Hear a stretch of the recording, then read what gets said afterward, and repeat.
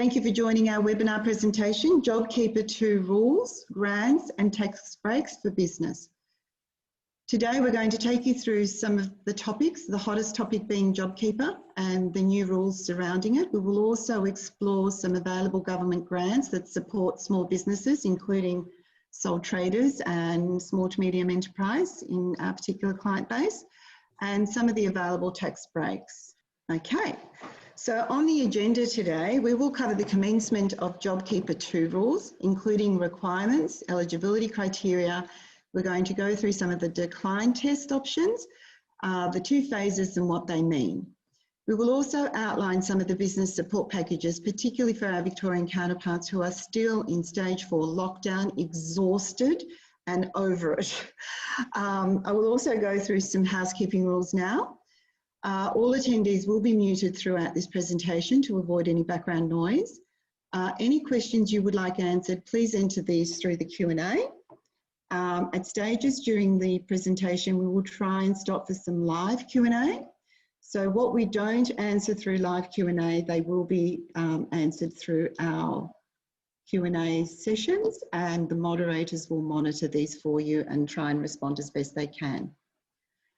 This webinar will be recorded and attendees will receive an email after the session with some additional resources and links covered in today's session. We've actually set up a landing page for you, and you'll be able to access resources, and we will add resources as we go as well. So who you will hear from today, of course myself, I'm Pam Maditianos, one of the founders of 2Ps, and with me I have one of our rising stars and team members, Valentina Armigio, who is one of our experienced bookkeepers in our business and is also undertaking further accounting studies in order to further her career and best serve our clients.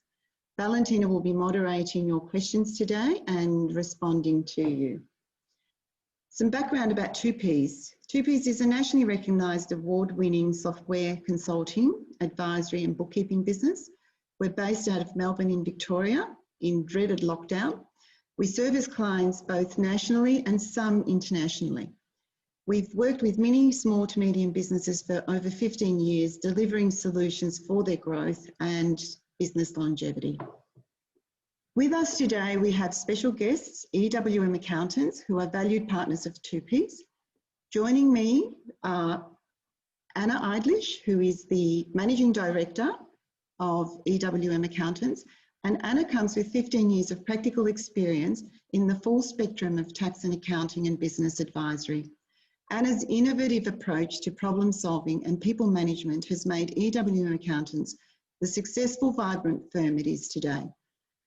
Anna will be moderating and responding to some of your questions alongside Valentina this morning. Also from EWM, we have Nick Angelov. Nick is a chartered accountant and SMSF specialist working as a tax manager. Nick has come from the Australian Tax Office Serious Evasion area and joined EWM in 2012. Nick supports EWM staff by researching and answering complex queries, keeping the office informed of new developments. He is also responsible for technical law, research, dealing with ATO and state revenue compliance action. He also is a specialist with software customization and as well as superannuation related issues. So Nick is going to take us through key elements in our webinar today. All right, so let's kick it off. So now I'll hand you over to Nick Angelov from EWM Accountants, who's going to start off with our JobKeeper program. Over to you, Nick. Thank you, Pam. Good morning, everybody. Pam's done a lovely introduction, so I don't feel the need to repeat myself. Straight into it. The JobKeeper extension program was announced a couple of months ago and came into effect from the 29th of September of 2020. This means any pays that you have processed in the past week and any pays you have processed in the weeks coming forward are part of JobKeeper 2. This means you will not be able to recover JobKeeper claims for pays you've done in the current weeks. JobKeeper 2 is now split into two phases. The first one runs from the 29th of September to the 3rd of January, and the second one from the 4th of January to the 28th of March. Currently, there are approximately 3.5 million workers in Australia on JobKeeper, which, as far as the whole of the economy goes, is actually not that bad. 1.3 of those workers are in the non-for-profit sector. So this is your charities, non-profit institutions, art institutions, sports institutions, education, healthcare, volunteer work, that sort of thing. Approximately 57,000 of the charities that are registered with the Charity Commission are on JobKeeper. And the overall purpose is to help employers maintain their employees. JobKeeper 2 is in line with JobKeeper 1, which just finished, in that it allows you to claim for employees even if they perform no work. Similarly, the payments must be made in advance and the claims are done at the end of the month through the ATO Business, BAS, or Tax Agent portal. There's a lot of other features from existing JobKeeper rules that were carried over into the extension. Among them, the general deadlines for lodgement. In this case, you must register for JobKeeper 2 by the end of October. If you have any catch-up payments to be made to your employees, they also must be made by the end of October, so that by the time you're making your first claim in November, both your payments and your registrations are up to date. It is fairly likely, although not currently confirmed, that the ATO will extend these even further to allow people to come to grips with the new rules, new ways of testing, and the new rules for different employee thresholds, which we'll get in a second. The major changes is what we'll focus on this webinar. If you are experienced with JobKeeper 1, these are fairly important to cover because they affect both your eligibility and the minimums you must pay your employees. First on the line is the modified decline in turnover test. For JobKeeper 1, you could use a reasonable estimate of what your turnover is likely to be. This was called projected turnover. That is no longer available. You must use your actual turnover. Now, actual turnover is a legislated term. It means a very specific thing, which we'll get into once we get in deeper into the rules. Among the other changes is the ability for the Commissioner of Taxation to allocate particular sales to different periods. In cases where sales are not recorded when an invoice is issued, such as cash GST reporting, lay-by sales, progress payments, and similar exotic methods of recognizing revenue, the Commissioner actually has now the power to publish different determinations in order to guide people to how to allocate the expenses. The only determination that has come out so far is a determination that states your supplies, your current turnover is calculated based on your GST reporting method. That is cash versus accrual. This overrides your actual registration and it overrides the core a little bit of the GST Act on which things are based. But the enormous upshot is that it also makes calculations simpler. You lodge your BAS, you compare it to a previous BAS. If the difference is 30% or more, you qualify. If it's not, you become slightly sad and hope you pass one of the alternate tests. There's also modified employee eligibility. Employees must have been employed by the business before the 1st of March or before the 1st of June. The extension that the government announced in July holds for JobKeeper 2. The main difference to the employee eligibility is there are now two payment rates. Within the JobKeeper rules, they're called the higher rate and the lower rate. In order to be eligible for the higher rate, the employee or the business participant must be directly involved in the business for 80 hours in 4 weeks. This is an average of 20 hours a week, but they took a 4-hour period in order to allow for variation. We'll get into the exact testing dates for those 4 weeks once we get to the employee criteria. But the main thing to know for now is that part-timers or rather half-timers, you should call, and below, I intended to receive 750 per fortnight, down from 1,500 per fortnight, whereas those at half-time, 20 hours a week or above, I intended to receive 1,200 per fortnight, down from 1,500. This is for the first stage. The second stage, the amounts decrease slightly. Once we get into the employee eligibility, we'll also cover the record-keeping requirements and reporting requirements you must meet in order to declare your employee is either on the higher rate or on the lower rate. So unlike JobKeeper 1, where there was a single rate and you simply picked an employee, you must now both determine the hours and keep the records of those hours. Okay, so onto the current slide. For the payments eligibility, the main JobKeeper criteria still apply. You must be in business before the 1st of March. So unfortunately, anyone who has commenced or purchased since then remains ineligible. The thresholds for turnover decline remain the same, in that turnover for most of us, well, presumably for all of us, the threshold will be 30% unless you are a registered charity, in which case the decline is 15% that you must meet. As mentioned, for the employees, you must be employed as at the 1st of March or the 1st of July. The full-time and part-time types of employment have no further requirements. Casual employees must have been employed for more than 12 months as at those 2 dates. The 12-month test does not care how many hours the employee worked during that time, as long as the start of their employment was 12 months before the 1st of March or the 1st of July. I should mention at this point that majority of the tests that the government has put out for various JobKeeper rules are alternatives. That is, as long as you satisfy one of the criteria required, you satisfy them all.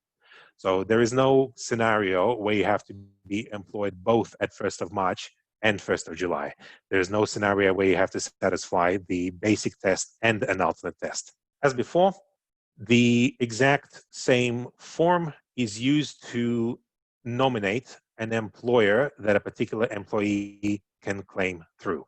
Business participants who are claiming for their business will have a similar or same form to nominate themselves and keep it as part of their records should the taxman come a-knocking. The actual decline in turnover test.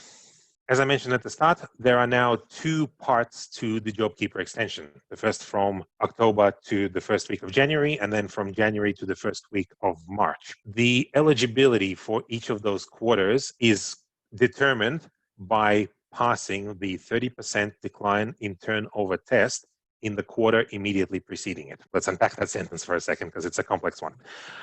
In order to be eligible for all payroll periods between 29th of September and the 2nd of January, you must pass the turnover test by comparing your September 2020 quarter to, in the default test case, September 2019 quarter. In order to qualify for JobKeeper extension past the first week of January, you must do the same thing by comparing the December quarters. That is, December 2020 compared to December 2019 in the basic test.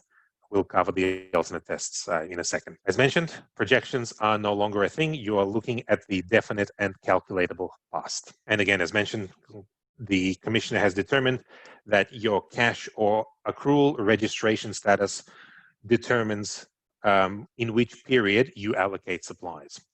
I should mention at this point that there are exceptions where you changed your turnover basis between 2019 and 2020, or you first became registered for GST between 2019 and 2020. That's a specific question that probably was not worth covering because it's a very edge case. Okay, so the basic turnover test is very straightforward.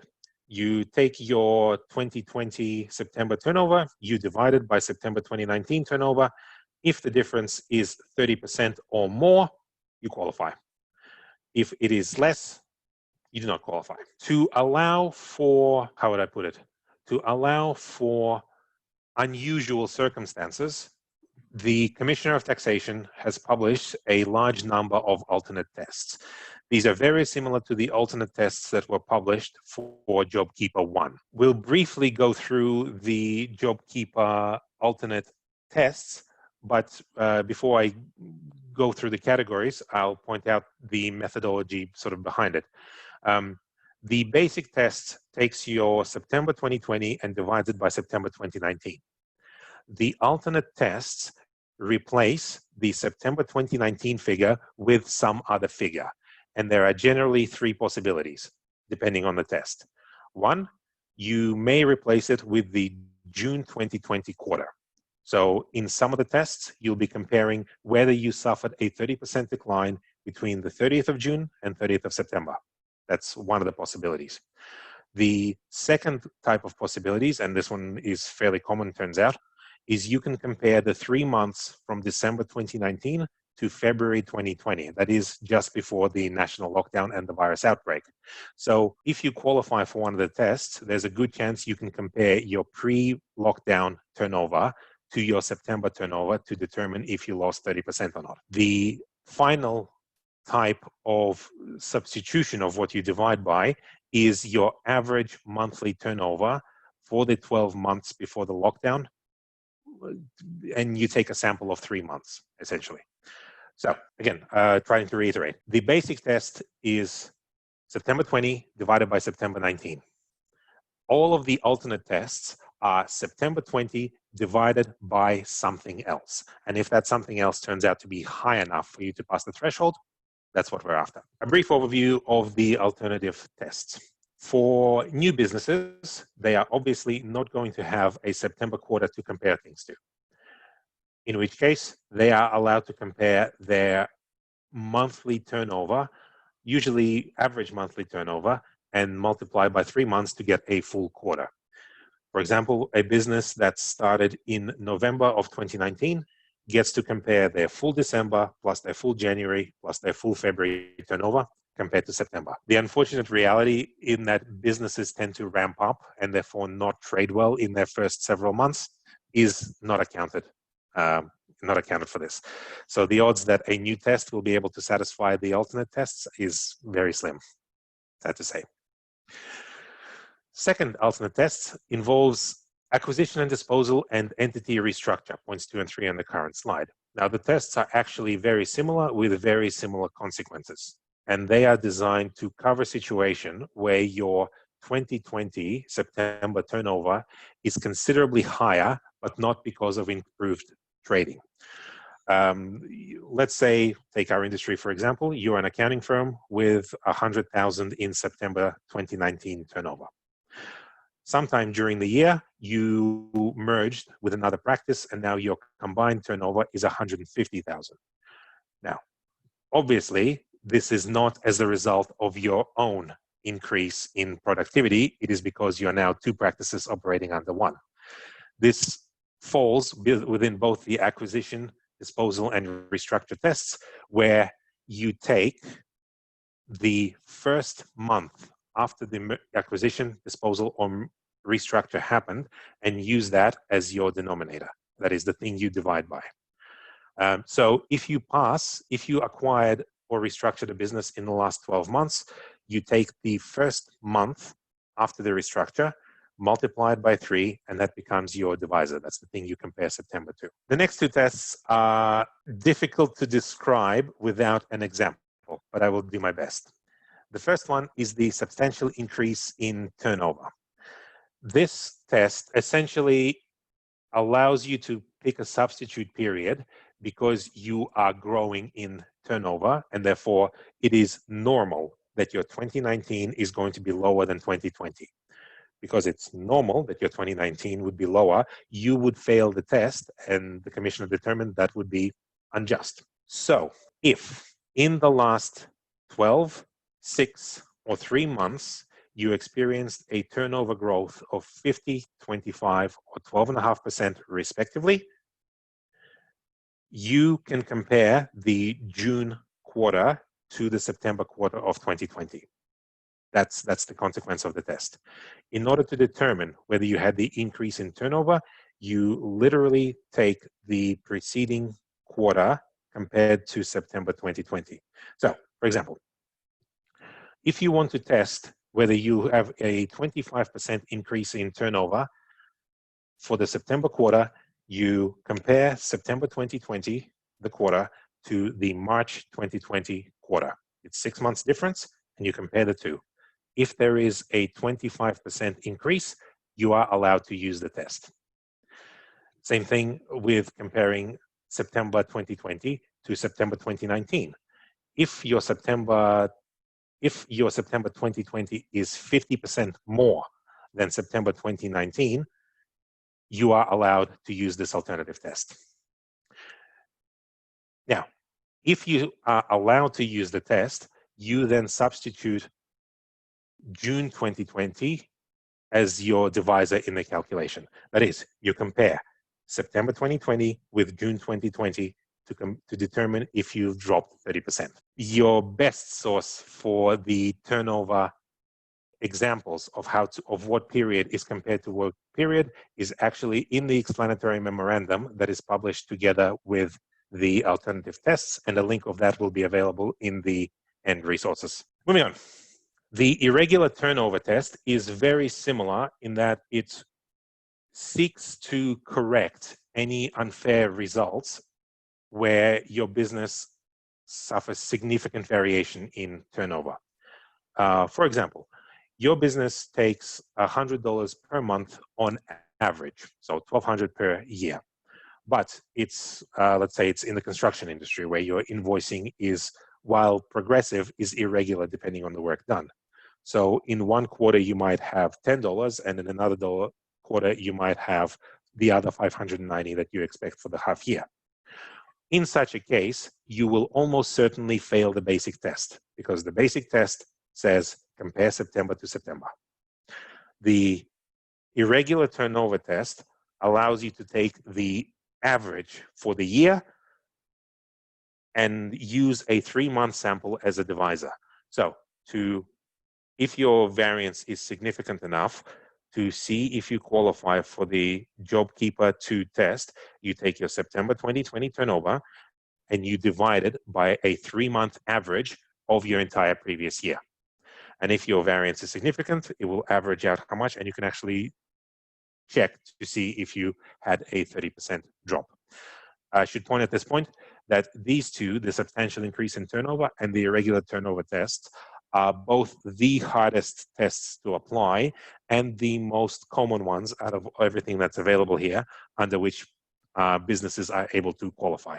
Because the others, new entities, acquisition and disposal, restructure, drought, and natural disasters, they are one-off events, whereas the regularity of turnover is what both has a substantial base from which to calculate and happens more frequently. To date, and even this morning, we had maybe 4 out of the 6 businesses that asked us to calculate their alternate turnover because they faced the basic one actually qualify. So good news. And both 2Ps and EWM Accountants have the methods to do that. For those of you who are accountants and bookkeepers listening in, the explanations provided in the explanatory memorandum, to which there will be a link, is an excellent basis from which to start to calculate your own turnover tests. Okay, so I'll quickly cover the other 2 because, again, they are very edge cases. Entities affected by drought or natural disaster, you, instead of comparing 2019, you take the nearest year in which you were not affected by the natural disaster. The idea being the natural disaster decreased your turnover and you would fail the basic test. Unjust result. So alternate exists. For sole traders and partnerships, but not companies or trusts for business participants, where you took unpaid or extended leave with sickness, injury, or similar condition, such that the September 2019 quarter is not a representative of your normal profitability. Once again, you are allowed to substitute a previous period which does represent your full employment. Essentially, if you happen to be injured for August of 2019, you're obviously going to have a lower turnover, so you would fail the basic test unjustly. But given the infrequency of injury, fortunately, we've only had one client that satisfied the sickness, injury, or leave test. They were actually injured for a couple of years, but they were still able to satisfy the alternate test. How do you calculate the turnover test? GST turnover is a defined phrase within the GST Act. It basically means all your sales for which you normally issue an invoice. However, it excludes input tax and capital gain supplies. So bank interest, residential rent, financial supplies, that's if you're a share trader or have some investments in the share market. Interest and dividends and other financial gains that you receive through your entity are not part of your turnover. Things that are not taxable supplies under the GST Act are also excluded. This means all the JobKeeper and federal and state stimulus pays are not included into your turnover. Fortunate, because they would artificially raise the current one, but it's not included. I should at this point point out that if something is not taxable supplies for the purposes of GST Act, does not mean it's not assessable income for the income tax purposes. So don't be surprised if you'll find that your JobKeeper is actually assessable, and so is your state government grants. As mentioned before, it's based on your GST registration, cash or accrual. Another thing that I've mentioned is excluded is the sale of capital assets.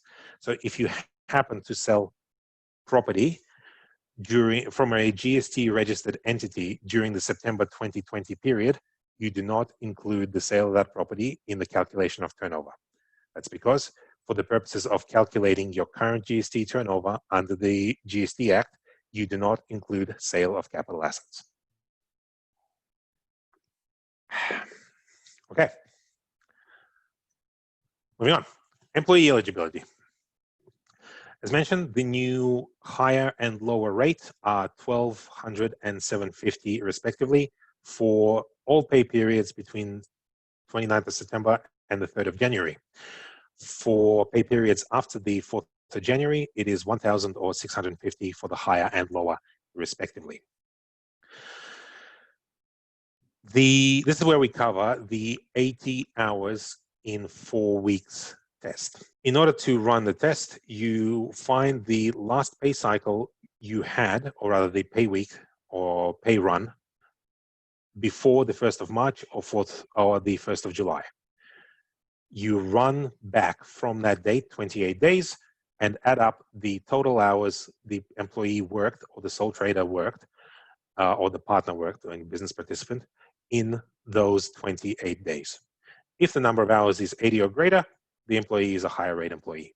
If they are lower, lower rate employee. As before with JobKeeper 1, the employer must pay the full amounts to the employee before they are allowed to claim it in the month following the pay runs.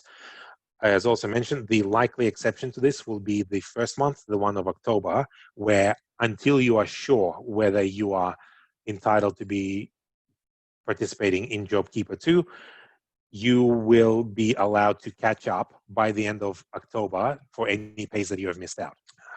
As before, superannuation is applicable for ordinary times earnings, but not for the JobKeeper top-up. And as before, JobKeeper pay, the minimum paid of $1,200 or $750 includes ordinary salary and wages, all allowances, voluntary super contributions, and similar employee benefits that are normally included. There are only a couple of alternate rules for employees because most of the default rules are fairly straightforward. 80 hours in 28 days. So the first alternate rule is where the employee took unpaid leave during the test period.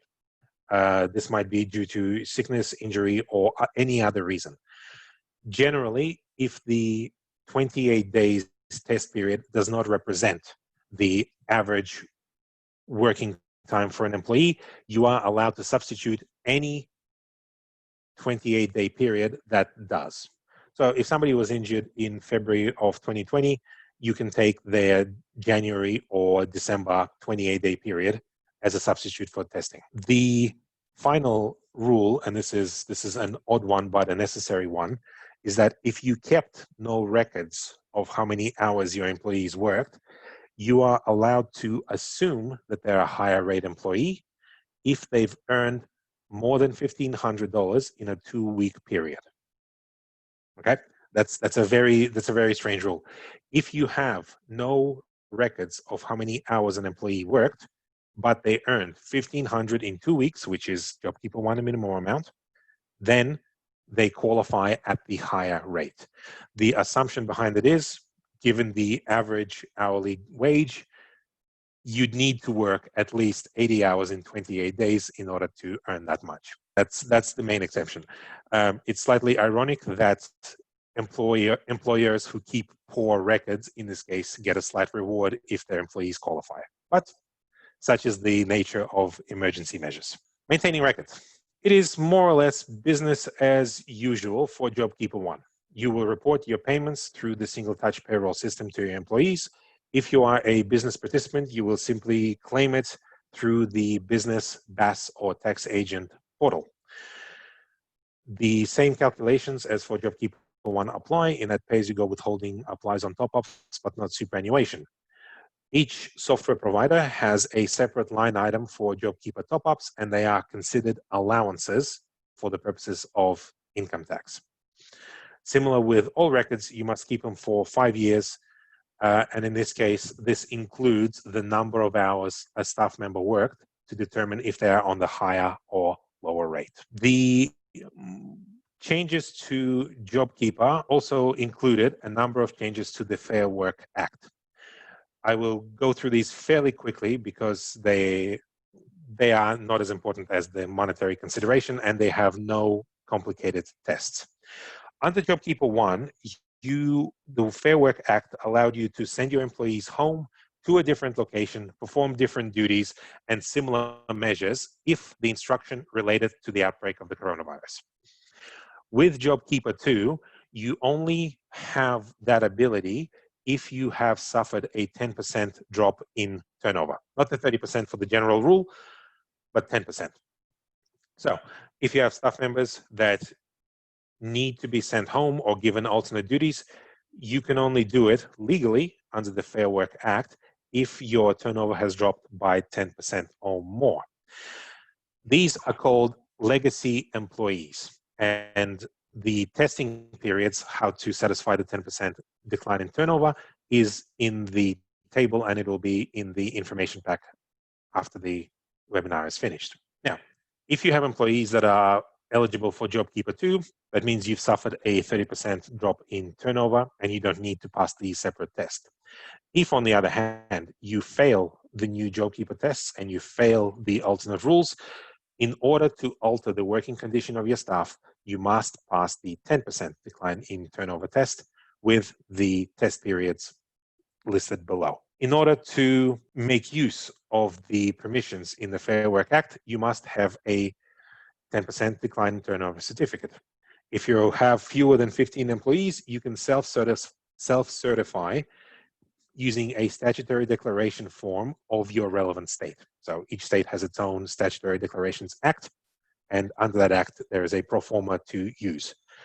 If you have 15 or more employees, you must get a allowed financial advisor to certify them. In this case, it includes all accountants who are members of the professional bodies, and it includes registered tax agents and registered BAS agents. So you must provide them the information, and the relevant financial advisor must issue the certificate and sign it. These are the directions you can give if you satisfy the 10% drop in turnover test. Reduce hours, change their duties, change the locations, and you must give them some notice. And if you are a large enough industry to have representatives, you must obviously notify them as well. So, okay, so those are the broad changes to the JobKeeper Act. New test, new alternate test, which are mathematically complex and therefore beyond the scope of a detailed example. New rules for employees, higher rate and lower rate. And going forward, 2 separate testing periods, September for the next 3 months, and then December for the 3 months afterwards. Now, Pam, do we have any relevant questions for the JobKeeper component? Because I think we should get through them before the business support Yes, packages. Nick, there is one that came in. If I'm 20% in decline or 29% in decline, will the ATO allow me to still get JobKeeper?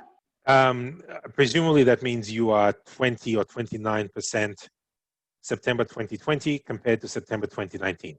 Correct. The answer is no, unfortunately. With So they're pretty JobKeeper, tough on that 30%, are they?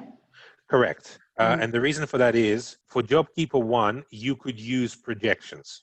So if you are getting close to the 30%, but you're not quite there, if you had good reason to say that you probably won't get there, you were allowed to register and claim it, and they took it on faith that you made the estimation. With JobKeeper 2, it is down to the dollar, down to the cent. You take your 2020 turnover divided by 2019. That's your test. Having said all that, though, the alternate tests are where a lot of businesses that normally wouldn't qualify would qualify. So if you suffered a 20% drop in turnover, there is a decent chance one of the alternate tests could help you out. But if you don't fail the basic test by the exact 30%, you cannot register on that basis. Fantastic. Thank you, Nick. That's wonderful. So I hope that sort of answers a lot of questions people might have had on JobKeeper 2 and what that program means. Now, Nick, take us through some of the business support packages that are available through our governments and councils. Sure, 1 second. Actually, there's one more Q&A that I'd want to answer from Corey Piltrin. If an employee has worked an average of 60 hours before March, but 90 plus hours in July, which do they qualify for? They qualify for the higher rate, Corey. As I've mentioned near the start, all of these tests are an or type of test. That means you have to satisfy any one of them in order to qualify. So in the case of an employee that has picked up hours between March and July, they will qualify for the higher rate because they satisfy the July test and the March test becomes irrelevant.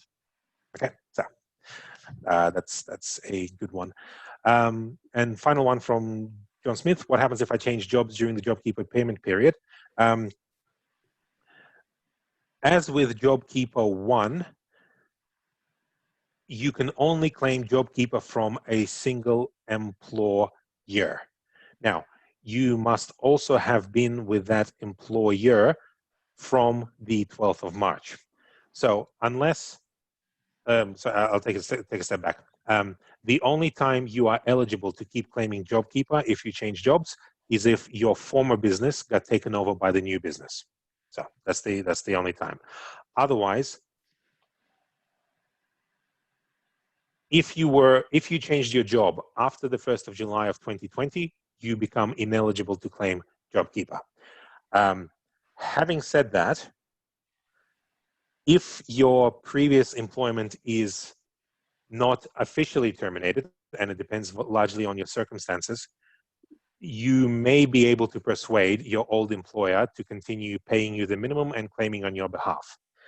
We have a fairly large number of clients that are doing just that. For example, we have a client in the security industry whose work has all dried up. Most of his staff have found other casual employment, but he pays them the absolute minimum, maintaining their employment and claiming on their behalf. It is a minor administrative cost to him, but for the sake of his employees, he does that. So, John, that's the answer. If you change your jobs after the 1st of July 2020, you are ineligible to claim from the new employer because the criteria is you must be employed with them before the 1st of July. Okay.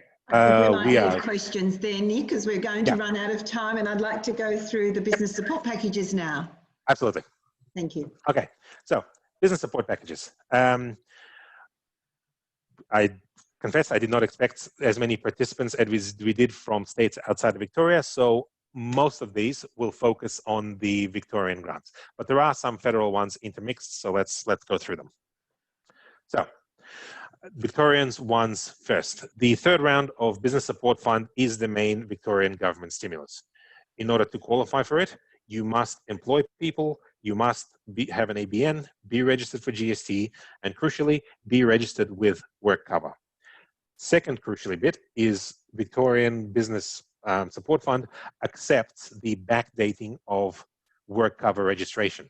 So if you were, let's say, naughty and neglected to register your company for WorkCover, but you had employees before 30th of June 2020, you can contact WorkCover insurers, explain that you actually employed people from a particular date. They will send you out an assessment, and Victorian Business Support Fund will accept that and allow you to claim the support fund. There are 3 different tranches for 10, 15, and 20,000, depending on your payroll numbers. But otherwise, the requirements remain similar to the previous support funds. The Victorian Government has also announced a large number of industry-specific support funds. The rules for some of these have come out, but some have not. So, out of the stuff that has come out, licensed hospitality business, that's your bars, pubs, restaurants, but alcohol serving industry specifically, it provides grants of up to 30,000 depending on their location. Plus their license fee is waived until 2021. This is intended to boost recovery for those businesses.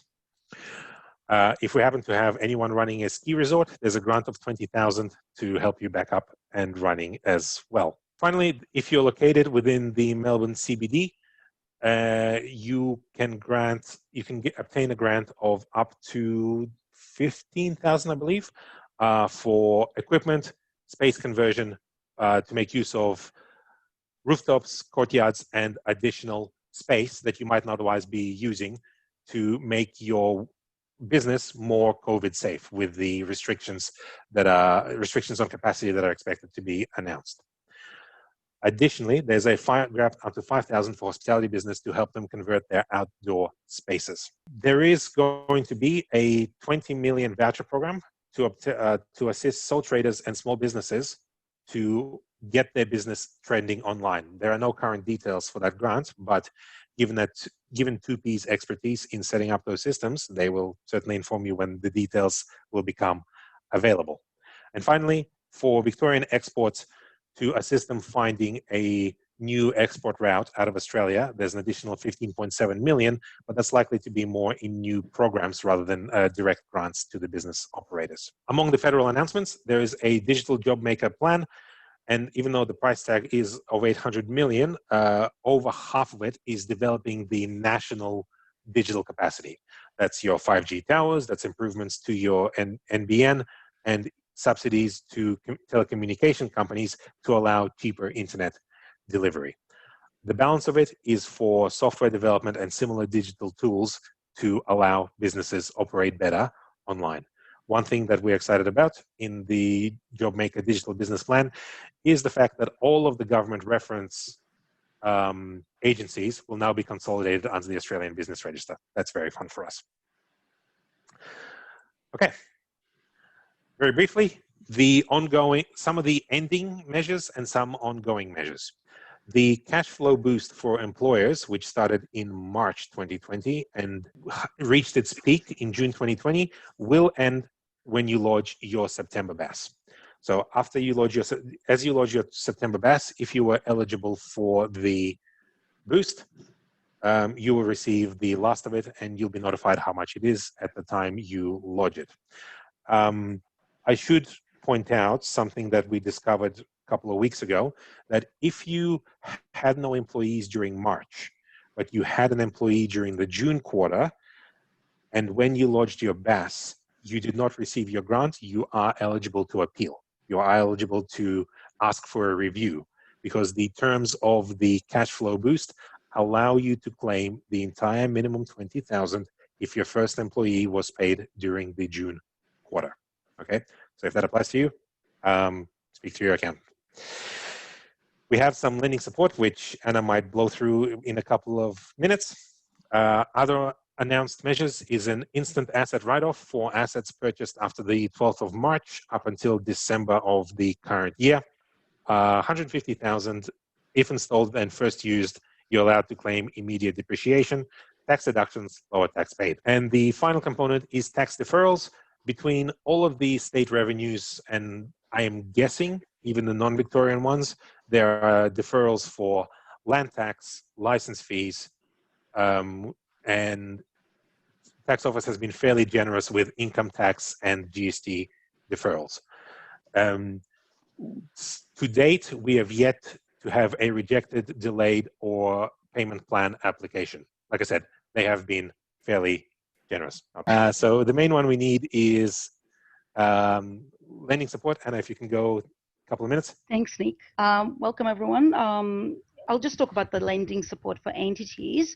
This is not to be confused with normal mortgage lending and refinancing or purchases. If you've got questions about those, feel free to contact us separately from this discussion.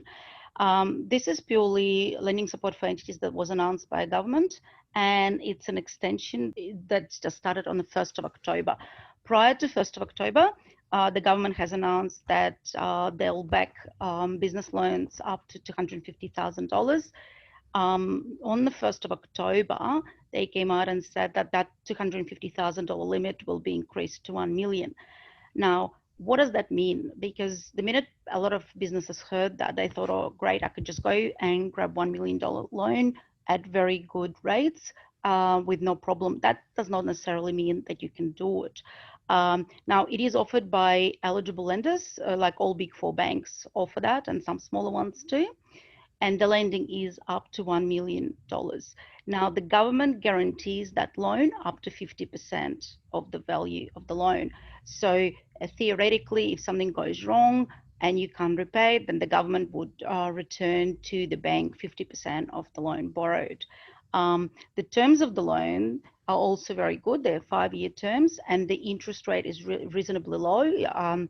I've seen some loans like that at about 4%, which for a business loan is pretty good, especially given that it's not secured by any equity by the borrower. The banks also offered 6 months repayment holidays for those loans. So in some cases, you don't have to pay for the first 6 months, but it's the lender that determines that, not the government. And these loans can either be unsecured or secured. But in most cases, I think people are more interested in unsecured loans because it's the government that provides the security. If you do have a security, such as commercial or residential property, it might be cheaper to just borrow against them or refinance.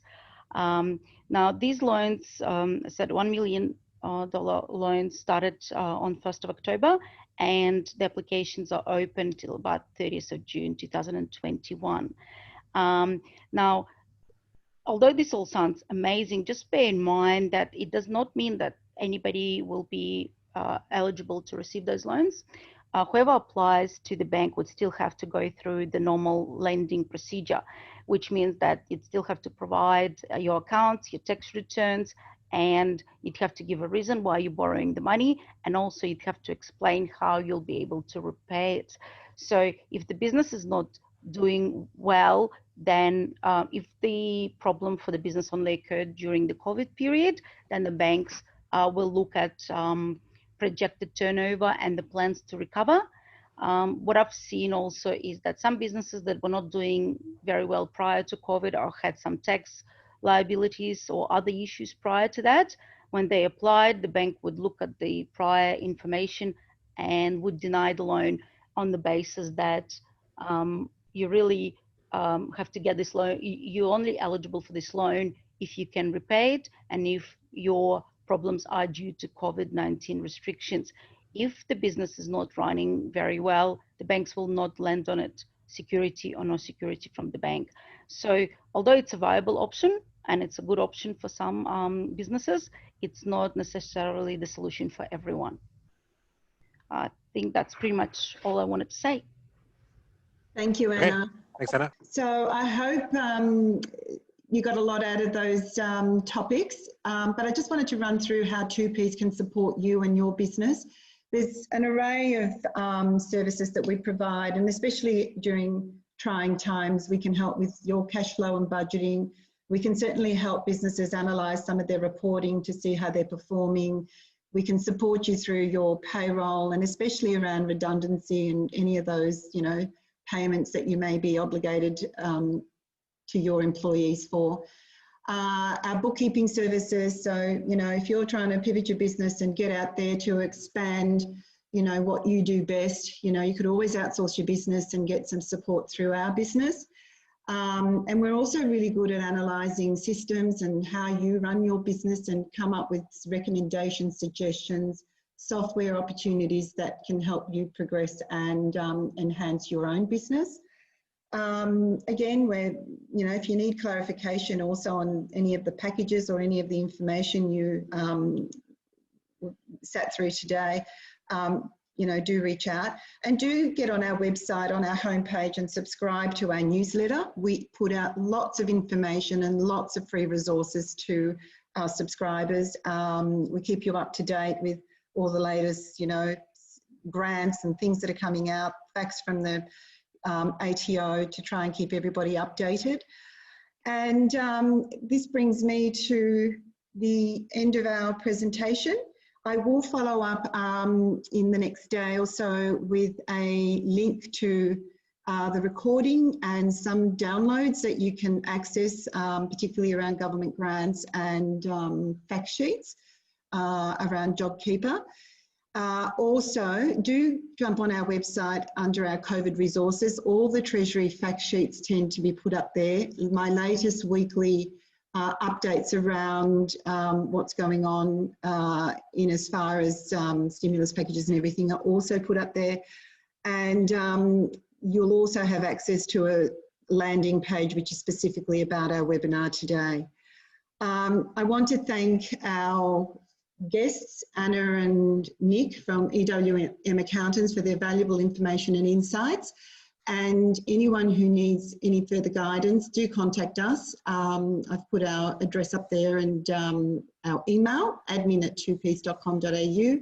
And we are offering a free 30-minute phone consult if you want to discuss reviewing systems or what software you could be using or anything further about any of the information today. So do reach out to us. And thank you all for attending, and we look forward to you joining our next webinar. Thanks, everybody. Thanks very much. Thank you, Pam. Thanks, everyone, for coming.